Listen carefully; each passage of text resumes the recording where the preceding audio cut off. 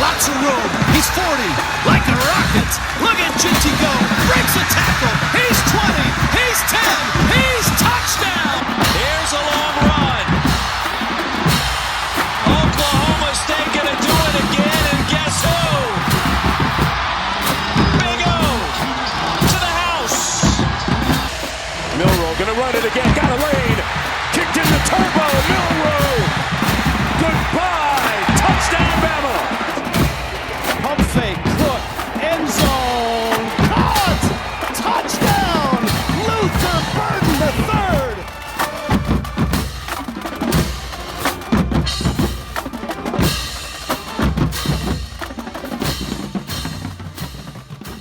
What a weekend of college football. Hello, everyone. It is the Week 2 show. My name is Joe DeSalvo, the voice of the CFF site. And what a weekend of college football. That Northern Illinois upset of Notre Dame really made Week 2. But you look at other great games out there, other possible upsets. Tulane taking K-State down to the wire. Houston taking Oklahoma down to the wire. Great finish, Iowa State. Boise pushing Oregon getting tested for a second consecutive week. The Oklahoma State Arkansas overtime game. Just a great weekend of college football. But let's talk college fantasy football, because that's why you guys are here. And for me, I think the one thing that jumped out at me this weekend was just the number of high-profile players who didn't come through for their fantasy owners this week. I mean, I just wrote down a list of guys, and I'm probably missing some, like Ollie Gordon at Oklahoma State. Like, thankfully for his fantasy owners, that game went to overtime. He had more points in the overtime than he did in regulation. Amarion Hampton, our highest-rated running back, at least my highest-rated running back this week, went off the field with 77 yards. I believe it was against Charlotte, and he never did return to the game. I was expecting a big game there. Jackson Dart, quarterback Ole Miss, only had accounted for 2 touchdowns, 1 rushing, 1 passing in that blowout win over Middle Tennessee. Torrey Horton, wide receiver for Colorado State. Thank goodness he had a punt return touchdown. He only had 2 catches for 43 yards in their weekly matchup. Same can be said about Tez Johnson, the Oregon receiver. 3 catches. I believe he finished with -1 yards, but a huge punt return touchdown. At least salvaged something for his fantasy owners. Tet McMillan, wide receiver, Arizona, after that huge week 1 performance. 2 catches against Northern Arizona this past week really let his fantasy owners down. Luther Burden coming down with an illness. Well, he fell ill in the middle of the game. He left early, never did come back in that contest against Buffalo. And then you look at just, top quarterbacks. Byrum Brown struggling with South Florida. We're going to get to that. Kaidon Salter, no touchdown accounted for in that win against New Mexico State. Just a lot of high-profile, highly drafted fantasy players that really came up empty this past week. And for me, that was really the theme of the week from a college fantasy football standpoint. So we're going to get into it. We're going to run down a few games, not all of the games, but just kind of give you my reactionary commentary on some players. Maybe we buy, sell, hold. I'll give you some thoughts. I've got a list here in front of me, a lot of players. But let me just remind you guys that are coming in, maybe listening to the show for the first time. We've got everything. We'll have the weekly waiver wire up on the website this week. We're going to have your week 3 projections. We're going to have the week 3 DFS write-ups. Mike's, goes to town on those things starting Tuesday, Wednesday, and we've got the write-ups. We've got the projections. We're at the waiver wire. Everything that I don't touch on this show, there's going to be some additional notes and observations in my notes and observations piece. That's going to go up on the website with the waiver wire report on Monday. So by the time you're watching this show, you guys will already have checked that out. But it never hurts to go back and look at it later in the week. Make sure you're not missing anybody in those notes and observations. Maybe you need to pick up somebody late in the week on the waiver wire because everybody was going in on the same player. So all the content is ready to rock and roll. Week 3 is here. So let's just talk about week 2 a little bit. And I'm just going to start from the beginning of the week. At this particular point, SMU, we're off of them, right? I mean, we're not on many SMU players. I even think right now, tight end RJ Maryland is even questionable on whether or not you want to roll with him, depending on how deep your league is.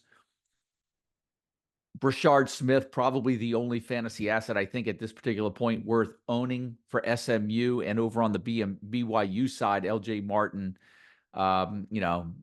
dinged up a little bit. I think he's probably the only player off of BYU right now that you're actually looking at. Indiana, 77 points in their win against Western Illinois. And if you held on to Elijah Surratt, he's back. Nice performance out of him. So I would think he's a hold right now. I think I want to skip all the way up to the Pitt game, where Pitt took down Cincinnati 28-27. A good game. I didn't mention that at the top of the show. But the fact that Rodney Hammond is ineligible for Pitt has basically thrust Desmond Reed right into that running back one spotlight. This past weekend against Cincinnati, Desmond Reed, 19 rush attempts for 148 yards. He even caught 6 passes for 106 yards and a touchdown. They get West Virginia this week, and the schedule looks pretty good. I think if you have Desmond Reed, or if he's available, scoop him up in your leagues. That's somebody that I'm buying right now. I know he was probably drafted in a ton of leagues, but depending on how deep your leagues are, that is a player that could be available. Minnesota, 48-0 over Rhode Island. And just the great news, we saw the return of Darius Taylor in this game. And, he's back. And he even did some work catching the ball out of the backfield, which I thought was encouraging moving forward. So I think you could expect a big workload from him moving forward, because we know that Fleck rides his running back one. And speaking of riding running back one right now, Kyle Monangai for Rutgers, heavy load. He's going to get a ton of volume all year. And I think it really just depends on the matchup as Rutgers gets into Big Ten play. Should be good value for you moving forward. One that was, up there in the rankings. And I think he's going to work out really well for you guys. Syracuse 31, Georgia Tech 28. Man, right now the name of, look, Aronde Gadsden, he was ranked in the beginning. No surprise there, but Trevor Pena, quarterback Kyle McCord. Right now, 2 gems right now in college fantasy football. I believe McCord's got back-to-back 4-touchdown weeks. Syracuse reminds me a little bit of last year's Virginia Tech team, not so much from a personnel standpoint, but a little bit from, we didn't exactly know with the new coaching staff, new system, what to expect out of Virginia Tech last year. And I think we could say the same about Syracuse this year. And much like Virginia Tech was a pleasant surprise last year, particularly during the second half of the year, Syracuse has been that pleasant surprise right out of the gate. That offense has looked really good. Pena, McCord, Gadsden, still waiting for LaQuint Allen really to get going for you LaQuint Allen owners. And I think that will come. I don't see McCord throwing 4 TD passes every week. But man, what a pleasant surprise that offense has been. And for you guys that are going out, those are a couple of names that may be available on your waiver wire that I would certainly recommend, because it's hard to find consistency at the wide receiver spot and to find that on your roster. And if Pena can be consistent as he has been over the first 2 weeks, if he gives you that over the long haul, he's definitely worth the addition. Kansas State, Tulane, as I mentioned at the top, Tulane taking Kansas State down to the wire, and Mekhi Hughes, if you have him, I mentioned on last week's show, I think you're going to be okay. I think this game basically proved that. Oklahoma State, Arkansas, I mentioned Ollie Gordon, more points in the overtime than he did in regulation. Jaquindon Jackson, good week this week, so you have to feel good there. Penn State, Nick Singleton, really just rubber stamping his preseason ranking and projections. Doing well after 2 games. Texas 31, Michigan 12. Let's talk about that one. Jaden Blue was a little dinged up, and quite honestly, I think that's the only thing we really have to worry about, you Jaden Blue owners. I mean, this wasn't a matchup that we loved anyway, going up to Ann Arbor, but Texas looked really strong. The encouraging thing for me with Jaden Blue was see him come back into the game and see Texas use him when that game kind of felt like it was already in hand. But Blue came back, scored a touchdown on that pass out of the backfield. They even gave him some carries after that. I think you're going to feel good as Jaden Blue owners moving forward now that Texas is out of this matchup. Maybe one more week before he kind of gets right. They do have depth. They get UTSA this week. UTSA doesn't look like they're going to be that good. I can see Texas kind of steamrolling them and giving Gibson some work as well. But as Texas gets into SEC play, I think you should feel really good and comfortable with Jaden Blue. Ball State, let's mention that because that was a team that had a bye in the first week of the season, and I have been on, and I believe every draft this year, I've taken late flyers on Braden Sloan, the running back for Ball State. Again, it was a little bit of the roll of the dice. Did not know what we were going to get, but man, it was nice to see a heavy workload from him this week. The way they utilized him, running the ball, catching the ball out of the backfield, I feel really encouraged for all of you guys that were able to kind of pick up Braden Sloan in your drafts, maybe some of your full FBS drafts, but if not, and he's out there, he is a guy that I would be kind of putting on your watch list or maybe picking up for when the Cardinals get into MAC play. Keep in mind, temper expectations for immediate success. Ball State travels to Miami this week, and I don't really expect the Cardinals to do much this week, but Braden Sloan, I think long-term could be a nice play for you guys in MAC play. I want to back up real quick because I forgot to mention this. Now that I'm looking at my notes in regards to the Michigan-Texas matchup. I talked about Texas, but I didn't stop and pause and speak about the Michigan backfield. I'm just not feeling it this year with Michigan. I'm not sure, and it feels very odd to say because I think Michigan's going to dominate some opponents this year.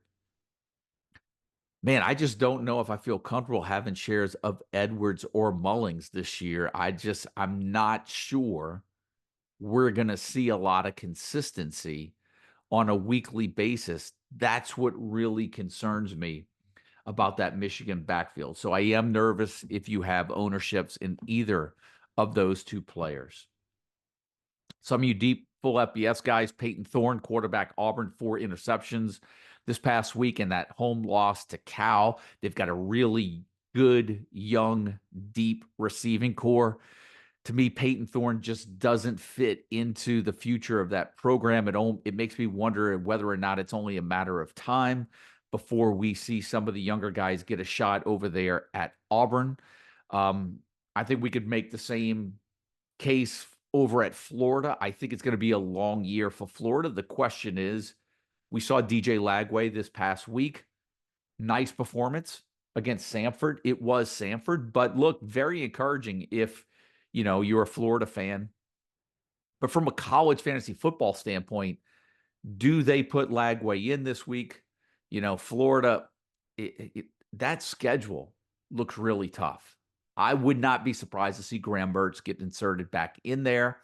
Give him a couple of more starts, ease Lagway in, because I still think, I mentioned this last week, you took advantage of that matchup, especially you Montrell Johnson owners, Eugene Wilson. I just don't feel really encouraged about that Florida schedule and their fantasy potential moving forward. We'll see how that plays out. Kentucky, man, I knew that this could be a letdown game with Georgia on deck, but man, South Carolina looked like a different team, did not look like the team that Old Dominion had challenged the week before. I don't even think here's the thing, if for all you guys that drafted Chip Trayanum, I don't even know if you want him to play this week. I would say just put him on the shelf. Kentucky has a matchup against Georgia. You probably aren't going to start him this week anyway. I think if I'm a fantasy owner of Chip Trayanum, I would rather just hope that he doesn't play this week, and he rests up and gets healthy for the rest of the season. Washington, let's talk about them for a minute. Washington State, big matchup coming up this week. All you Jeremiah Hunter owners that held shares, good for you. He's back on the radar. Washington with this matchup against Washington State this week. Denzel Boston. I mean, look, you've got some great options there with Washington. I think as I look at Washington State, even though they beat Texas Tech pretty good, I wonder if that matchup would have been a little bit different had Taj Brooks been healthy. Washington State really gave up a lot of rushing yards in their week 1 matchup against their FCS opponent. And I just wonder, man, this could be a really good matchup for Jonah Coleman for Washington this week. I'm looking for him to have a really big game against that Washington State defense. Now, over on the Washington State side, you have to feel encouraged if you have Josh Meredith held on to him. He led the team in receiving this past week, but I'm going to give you my thoughts about the Washington State receivers and the fact that John Mateer is really, in my opinion, more of a running threat than he is a throwing threat. I mean, he wasn't really efficient throwing the ball. I think maybe he only completed 9 of 19 passes. I believe he'll have to throw the ball a lot more this week against Washington. But in that matchup against Texas Tech, Washington State ran the ball 46 times and only threw it 19. Now, if we mentioned that Washington State's schedule looks really nice because they're playing a Mountain West Conference schedule. You just wonder how much better Washington State is than some of those teams. And are we really going to see a drastic shift in the pass-to-run ratio? The run-to-pass ratio was 46-19 this past week against Texas Tech. And if they're able to do that against Texas Tech, they're going to be able to do that against a lot of teams in the Mountain West Conference. And so now by looking at that number, if those ratios or even are close to that in future matchups for Washington State, then you start to wonder how valuable those fantasy assets at receiver are going to be at Washington State, because right now, after 2 games, and we'll see what happens when they play Washington this week, I think I'd probably feel the best right now if I'm a Kyle Williams owner of any of those 3 receivers right now. And I'm wondering if we get into a situation very similar to what we talk about when I spoke about with Tennessee, where Dylan Sampson, Nico is going to be worth having, but they're going to spread the ball around. And I'm not sure you're going to get anything consistent out of those receivers. And I'm just wondering with Washington State, if Mateer dominates the touches and does a lot on the ground and stays healthy, are we going to see those receivers just kind of take turns in having their week? If I were to put my money right now on one person, it would be Kyle Williams. But that's my thoughts and my observation watching Washington State and analyzing the numbers a little bit. Let's see what week 3 brings. But no matter what week 3 brings, I think that's my outlook for the future weeks of Washington State. Keep sniffling here, guys, but I'm really suffering a little bit with a cold. That's just the way it is. So, bear with me. And look, we get through it. We're gamers over here. So, Boston College, let's talk about Thomas Castellanos. Didn't particularly rank him too high because there was a little bit of concern, Bill O'Brien coming in. And Bill O'Brien, we know, is we know his system. The quarterbacks have done fairly well, but just worried about new coach, new system, how that was going to look together. Boston College has looked fantastic. Thomas Castellanos has looked really good. And of course, while I'm singing his praises right now, road trip matchup this week against Missouri. And I happen to think, man, that Missouri team looks really good. They haven't allowed a point yet this year. I'm not sure you're going to be starting Thomas Castellanos this week. But I think you have to feel really good about him moving forward into the ACC schedule. I do have my concern this week. That Missouri team looks really good. And that defense so far has looked really good. And I'm just concerned that Thomas Castellanos may not have a great matchup this week against Missouri. I'm scrolling through some of the results here. Obviously, I talked about Omarion Hampton leaving early. Looks like he could have come back. They held him out of precaution. I think North Carolina is going to have to ride him this year. So I think you feel good if you were an Omarion Hampton owner. Iowa. Like, if you have Caleb Johnson, if not, go out and get him. Iowa's going to feed him the rock. 25 carries, 187 yards, 2 touchdowns. The only bad thing, if you're an Iowa fan, man, they wasted that outstanding performance by Caleb Johnson and really just kind of got very conservative after their 13-0 halftime lead. And for you Iowa State fans, good for you guys. Great comfort behind win. Again, my concern with Iowa State is Abu Sama, and that running game for Iowa State for me just doesn't look like it's going to be clicking. It's Hickens, Noel, and those are the two that I would want. Cam Rising, obviously injured hand for Utah. Let's see how that affects their offense if he's going to be out for an extended period of time. I really don't know, and I just think we're going to get mixed signals until we actually see Cam Rising on the field on whether or not that injury was serious, minor, or if he's going to be out for a week or two. Northern Illinois, upset win over on the road at Notre Dame. Let me give you my observation about Notre Dame. Riley Leonard. I was high on Riley Leonard at the beginning of the year.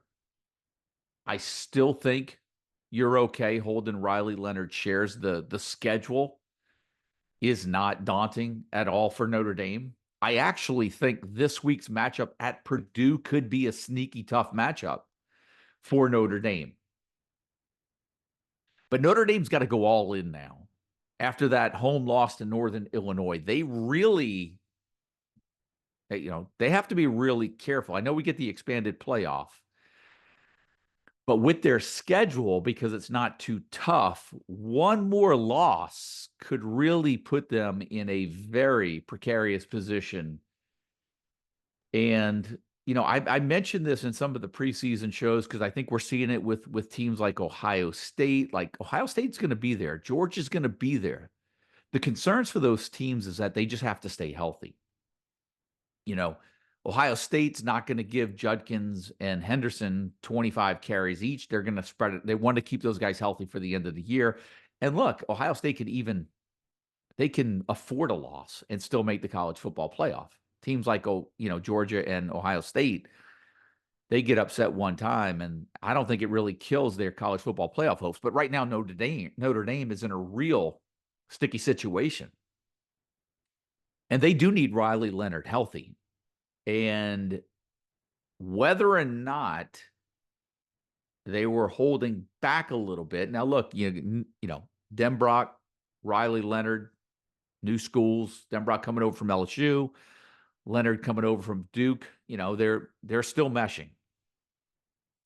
I happen to think that they have to turn Riley Leonard loose now. I think Notre Dame really needs to take advantage of that offensive line. The wide receivers they don't look like they have the playmakers. Obviously, I'm stating the obvious there, but I think Notre Dame's got to go all in with Riley Leonard. I think they have to turn him loose. I think he's got to be a little bit more of a runner. They're going to have to utilize him. They can't afford to lose any more games, and that comes with the risk of injury. But I think Notre Dame's got to turn Riley Leonard loose as both a runner, and the more he runs and has success, I think the more success he'll have as a passer. He's not Jaden Daniels. Denbrock had Jaden Daniels. Riley Leonard is a physical, big body quarterback that can throw the ball as well, and they are going to have to utilize him as such. I would hold Riley Leonard shares. I actually think that they're going to have to use him more in the run game, and I wouldn't be surprised if you start seeing Riley Leonard turning up with 40, 60-yard rushing performances on a weekly basis consistently. So that's my take on Notre Dame, Riley Leonard as a whole. Ole Miss 52-3. I mentioned Jackson Dart only accounted for 2 touchdowns, which is surprising because I would think that Lane Kiffin, he loves to run up the score, man, and I would think he'd be trying to pad those Jackson Dart numbers, for any type of a Heisman talk. Henry Parrish, 4 touchdowns. I mentioned this at the beginning of the year when you had so many running backs at Ole Miss that I just felt that there would be one of those guys would be worth having this year. It looks like right now, and we could be wrong, that Henry Parrish might be that guy, but I would not be holding out any type of hope that you would be getting any type of consistent production like that or anything close to that moving forward. If you want to take a stab on Henry Parrish, he'd be the guy to take a stab on in the backfield as it seems right now. But look, it would not surprise me next week if Henry Parrish ran for 50 yards and didn't find the end zone one time. So that's my take right now. Be careful on jumping on Henry Parrish and just inserting him into the lineup. Let's skip all the way up to Miami. They destroyed Florida A&M 56-9. Again, I mentioned it with Jackson Dart, Cam Ward. Another stat padding game this week against Ball State. It would not surprise me to see him rack up another 4 or 5 touchdowns. If you got Cam Ward, you have to feel really good right now with where you're sitting with him. As I scroll up the scores, just looking at some of these numbers here, for you full FBS guys, Louisiana Monroe 32-6 over UAB for me was one of the bigger surprises in the lesser-known matchups. This was a game where I think you have a Lee Beebe, even for some of you guys in deep full FBS leagues that have maybe Jacob Zeno. This was a game I was looking at thinking, man, this is Lee Beebe, 100 yards, maybe 1 or 2 touchdowns right here. This could be that game. And then UAB gets held to 6 points. Gets beat by UL Monroe 32-6. Just to me, that one jumped out for you guys in full FBS leagues where I was like, man, that was a good matchup right there that didn't get taken advantage of. So good for UL Monroe. Terrible loss, I think, if you're a UAB fan. I mentioned Luther Burden, his illness. He's going to be fine moving forward. To me, that Missouri defense is worth having right now on your roster in fantasy leagues. I'm assuming with 2 shutouts already that people are looking at them, but that's a defense I think I'd still, as the season gets a little bit into the heart of conference play, those defensive teams become harder to find. Those mismatches become harder to find, and Missouri right now looks like a decent defense to have. I'd maybe have them and use them on occasion this year. Strong start from Missouri. Kind of curious to see how they hold up this week. But I feel really good about Missouri being a sleeper out of the SEC. Let's go to South Florida, where we'll just kind of knock out 2 birds with 1 stone right here. And we're going to talk about Byrum Brown. Now, look, not the easiest matchup going on the road to Alabama this past week. But the argument could be Byrum Brown was one of the top 2 quarterbacks we had ranked at the beginning of the year. And right now, through 2 games, you're not getting anything out of him. And here's what I would tell you. I think this matchup at USM, I think he's going to be okay, even though USM could be a sneaky good defense on occasion. But you need Brown to come through this weekend because the following week, South Florida plays Miami. And right now, Miami's playing really well. That's not a matchup that I would feel really good about Byrum Brown in until it gets maybe to garbage time. Who knows? We'll see. I mean, they held Alabama tight for a while. And then South Florida goes to Tulane. And, K-State showed that, you could score some points on Tulane. We're going to find out more about Tulane this week when they go to Oklahoma. We're going to see, what happens with this Tulane defense, but here's what I would say about Byrum Brown. You go to Southern Miss this weekend, you get a game against Miami, then you go to Tulane, then you get a bye. To me, that's not a great 4-week stretch. To me, that doesn't scream, holy cow, this guy is going to be scoring 40 points a game. But here's what I will tell you. hold because the last 8 weeks, 7 games of the season, Byrum Brown can win you the league in those weeks. And I'm going to run down the last 8 weeks. Home Memphis. Well, I don't know if it's home away. Memphis, UAB, off week. FAU, Navy, Charlotte, Tulsa, Rice. Those are the last 8 games for South Florida. Man, give me Byrum Brown all day, every day. He's going to take you home.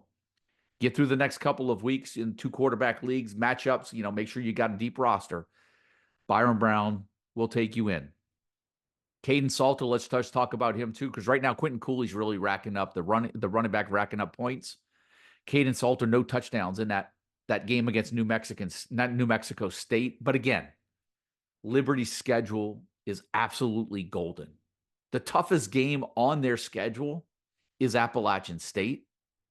And you could not tell me right now who the second toughest game is on that schedule, because they all look like the worst or second worst game on Liberty's schedule. So I think you're going to be fine with just Kaidon Salter moving forward.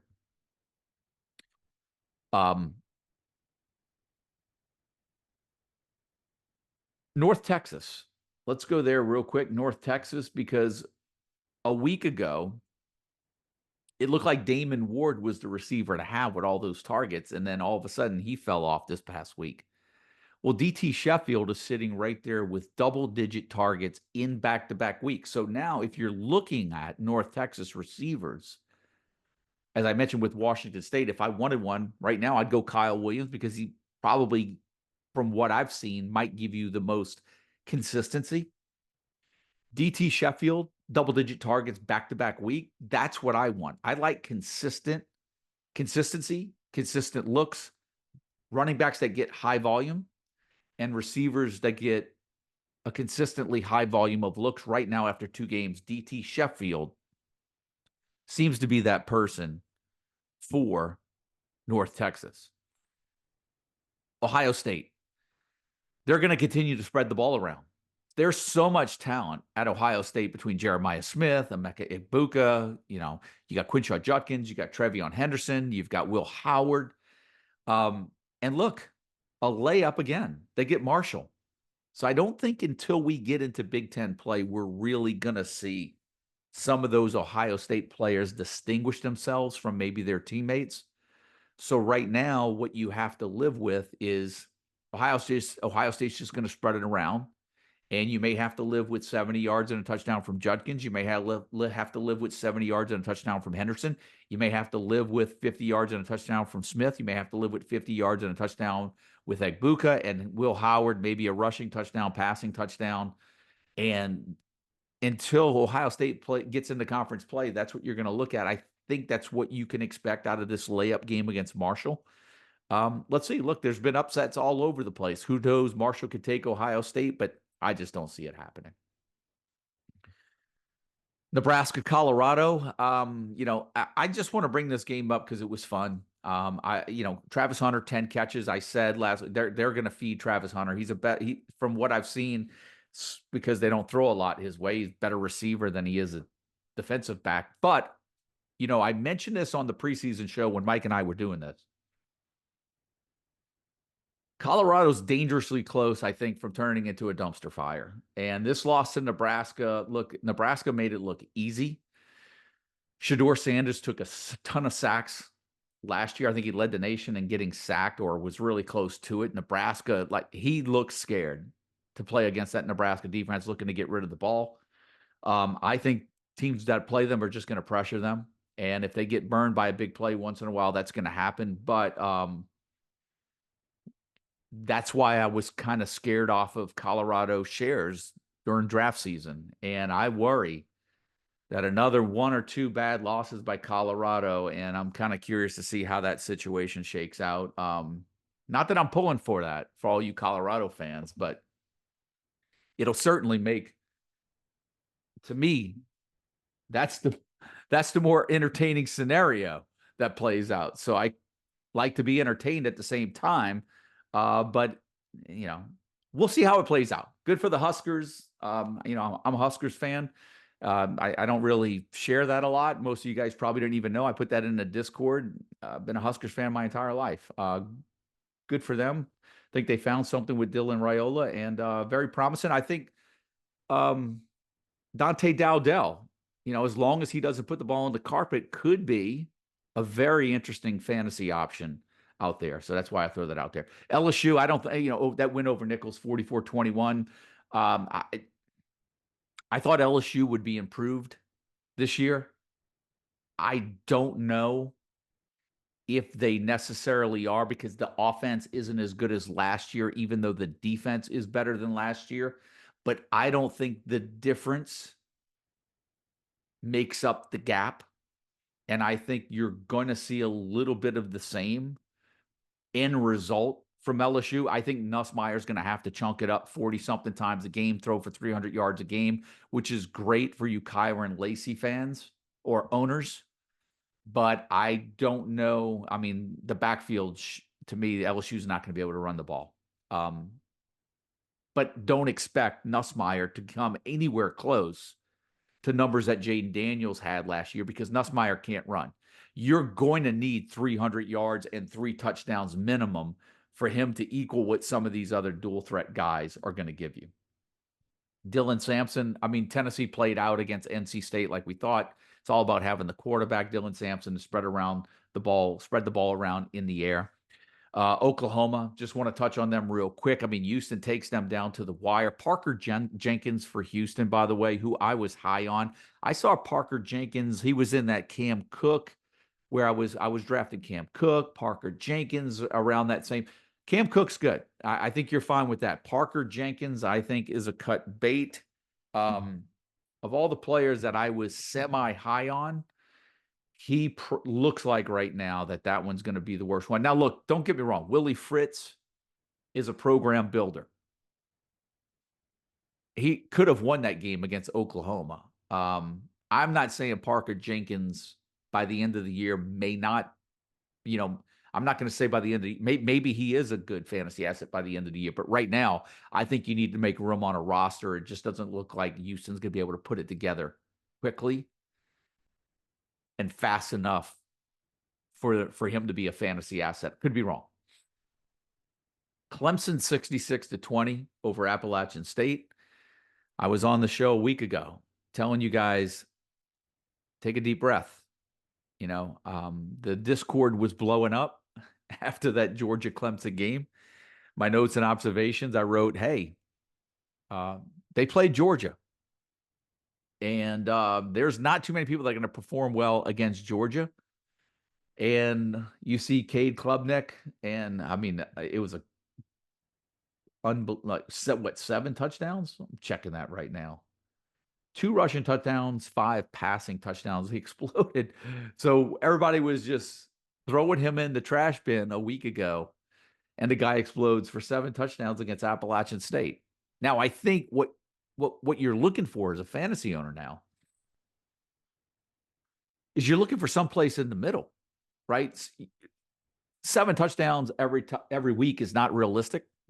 5 touchdowns every week is not going to be realistic.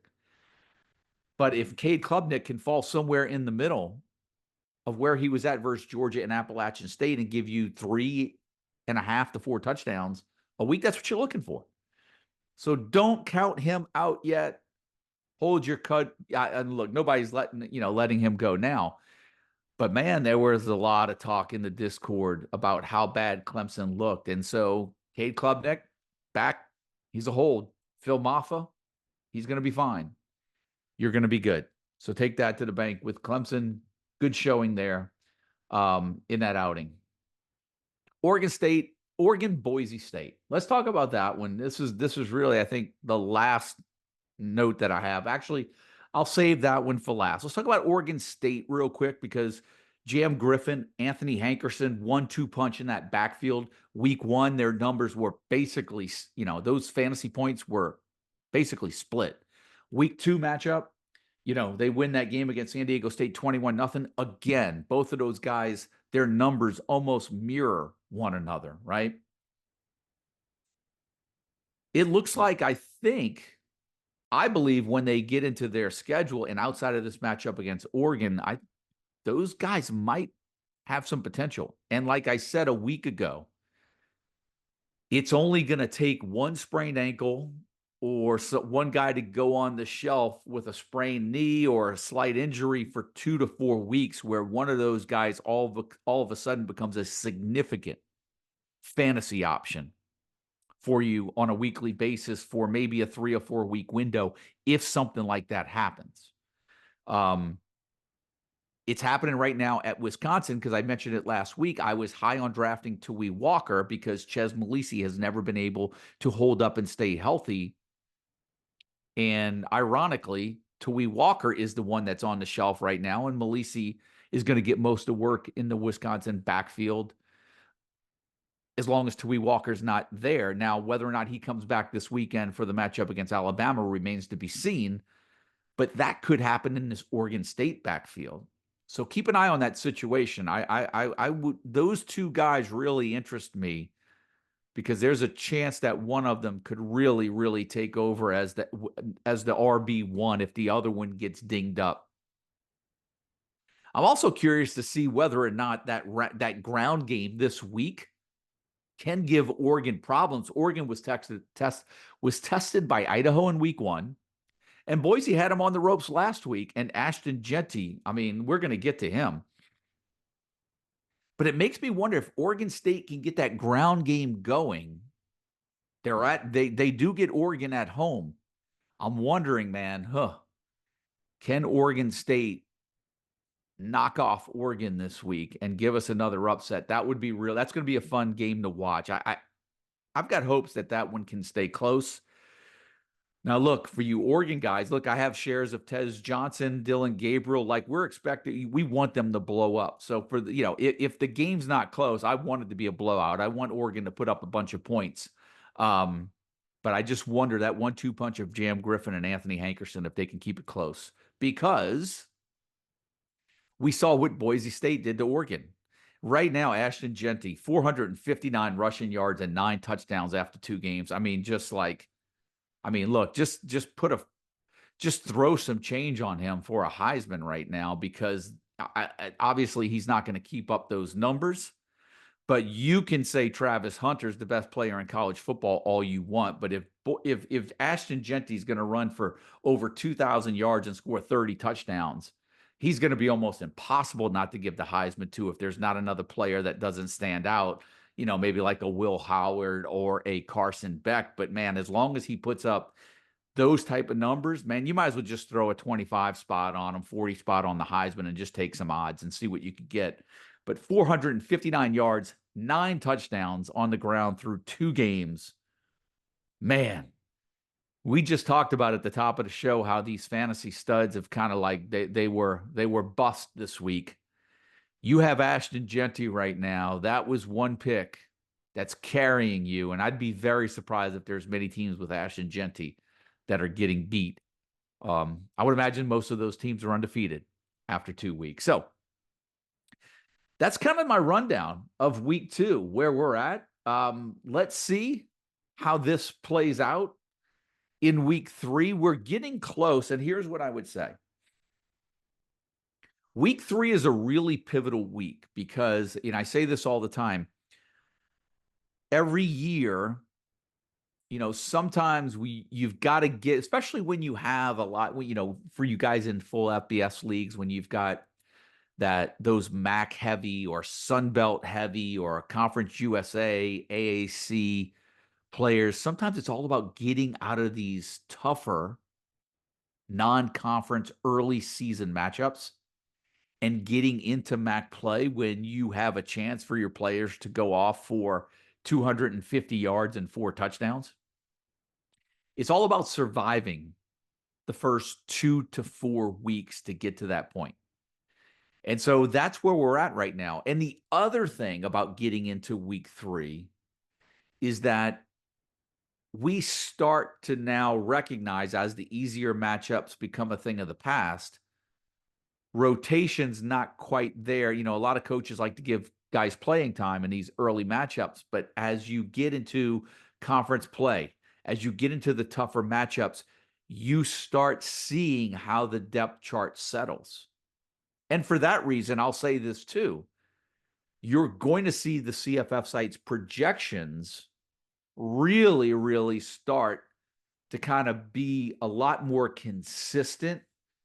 And I think you're going to see a lot more, darts hitting the bullseye 3-4 weeks. That's the way it is every year. I noticed it with the projections. Mike crushed it this past week using the projections with his prop plays. So the projections are off to a really hot start after a couple of weeks. But I just know general observation, because I really put the projections under the microscope. I could tell you guys, in all fairness, the first 2 weeks of college fantasy football is the toughest weeks for the projection models, because there are so many uncertainties. We don't get clarity among depth charts. We don't get clarity among injuries. And about weeks 3 and 4, you're going to see a lot of depth charts settle, and that makes the projections even that much better, more reliable as the season wears on. The projections are going to be posted. We want to have them Thursday mornings. Sometimes we post them late Wednesday evening. I'll have my top 25 up there later in the week as well. The Discord's popping. Game day, it always is popping. We get the injury news up there. If you guys are not in the Discord, you've got to get in the Discord, particularly on game days. And but that's the rundown for week 2. We head into week 3. Good luck to everybody out there. Projections, DFS write-ups, Discord, it's all coming. Good luck this week. We'll see you next week, guys. Till then.